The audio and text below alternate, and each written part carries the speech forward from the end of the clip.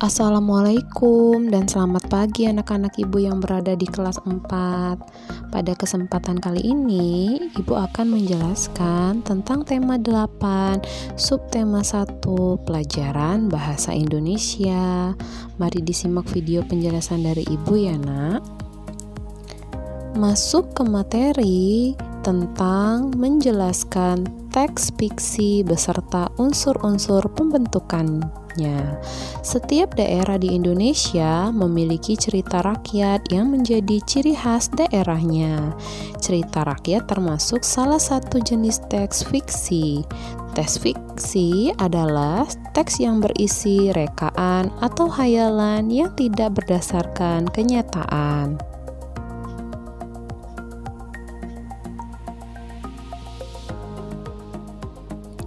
Berikut adalah unsur-unsur dari teks fiksi, yaitu yang pertama, tema, merupakan dasar cerita atau sesuatu yang menjadi pokok terbentuknya suatu cerita. Kedua, tokoh, merupakan pelaku cerita atau sesuatu yang mengalami peristiwa di dalam suatu cerita. Ketiga, alur, merupakan rangkaian peristiwa atau kejadian yang terdapat dalam suatu cerita.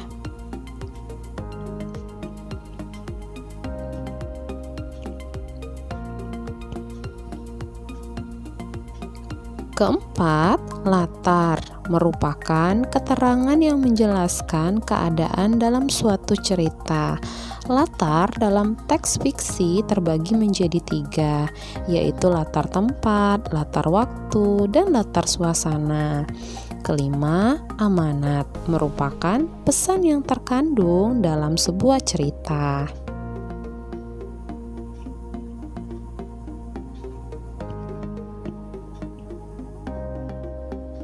Menjelaskan jenis-jenis teks fiksi.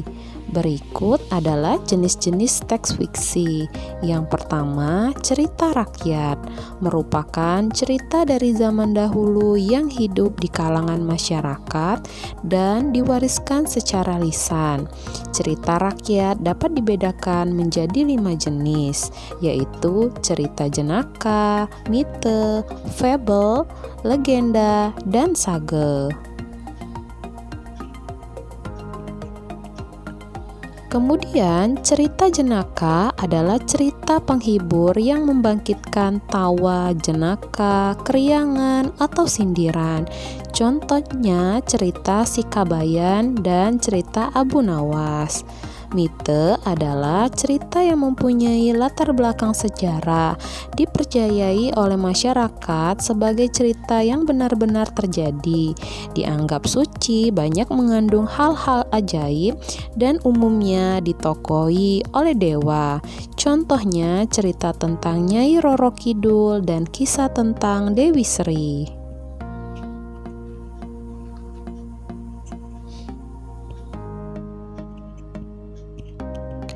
Fable adalah cerita yang menggambarkan watak manusia yang tokohnya diperankan oleh hewan.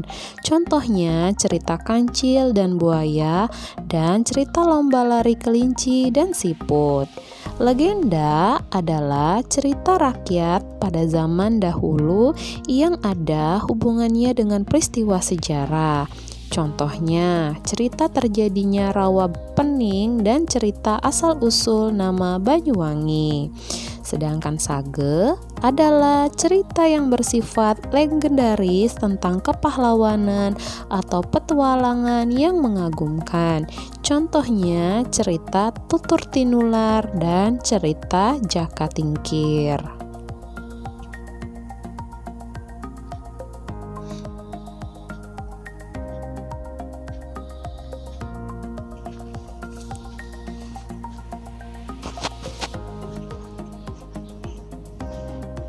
Cerpen merupakan cerita pendek yang berisi cerita tokoh pada suatu kejadian. Sedangkan novel merupakan cerita rekaan yang berisi rangkaian peristiwa di kehidupan seseorang beserta orang-orang yang berada di sekelilingnya.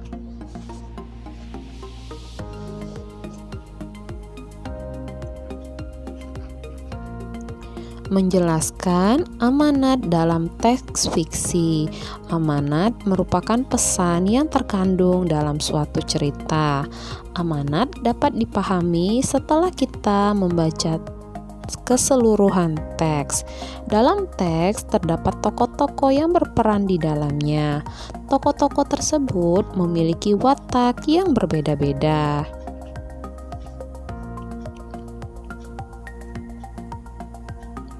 Ada tokoh yang berwatak positif dan ada juga tokoh yang berwatak negatif. Contoh watak positif diantaranya penyayang, rendah hati, suka menolong, dan jujur. Sementara itu, contoh watak negatif yaitu sombong, kikir, dan pembohong. Itu merupakan contoh yang tidak baik untuk ditiru ya nak. Ayo simaklah cuplikan teks fiksi berikut. Ketika ayam-ayam sedang mencari makan di padang rumput, rubah mengendap-endap di balik semak-semak mendekati kandang ayam. Dalam sekejap, rubah mencuri telur-telur ayam yang ada di kandang tersebut. Rubah segera berlari menjauh ke tengah hutan. Ketika ayam-ayam selesai makan dan kembali ke kandang, alangkah terkejutnya mereka mendapati seluruh telurnya hilang. Mereka menangis sambil berkeliling di sekitar kandang, berharap menemukan telur-telurnya.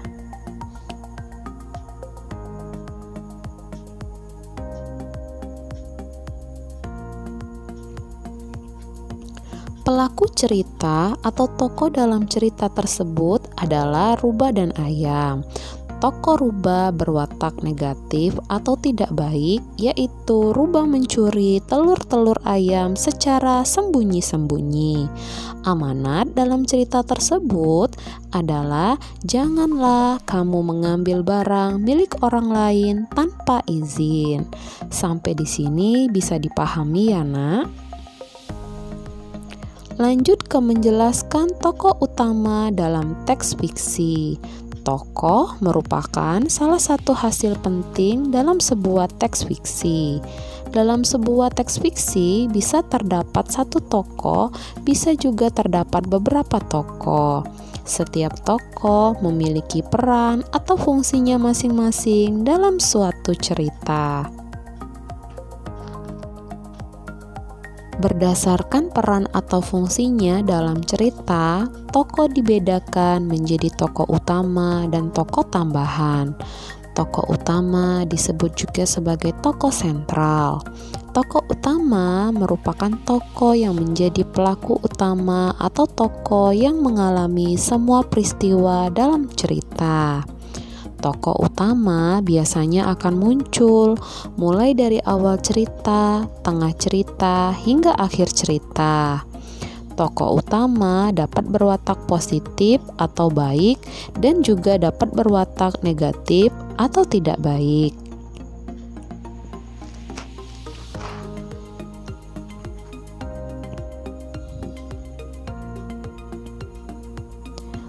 Menentukan karakter tokoh, protagonis, dan antagonis dalam teks fiksi.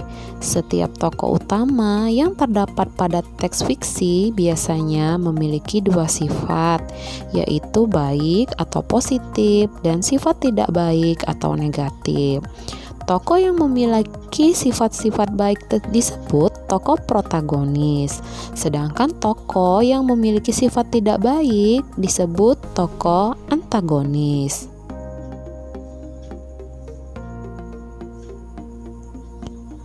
Mengidentifikasi tokoh-tokoh dalam teks fiksi. Dalam sebuah teks fiksi terdapat tokoh-tokoh yang berperan di dalamnya.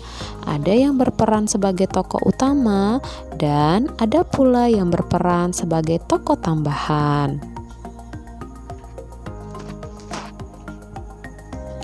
Tokoh utama adalah tokoh yang menjadi pelaku utama dan tokoh yang mengalami semua peristiwa dalam cerita. Sedangkan tokoh tambahan adalah tokoh yang hadir sebagai tokoh pendukung dari tokoh utama. Kamu dapat menentukan peran tokoh dalam cerita dengan membaca cerita secara keseluruhan.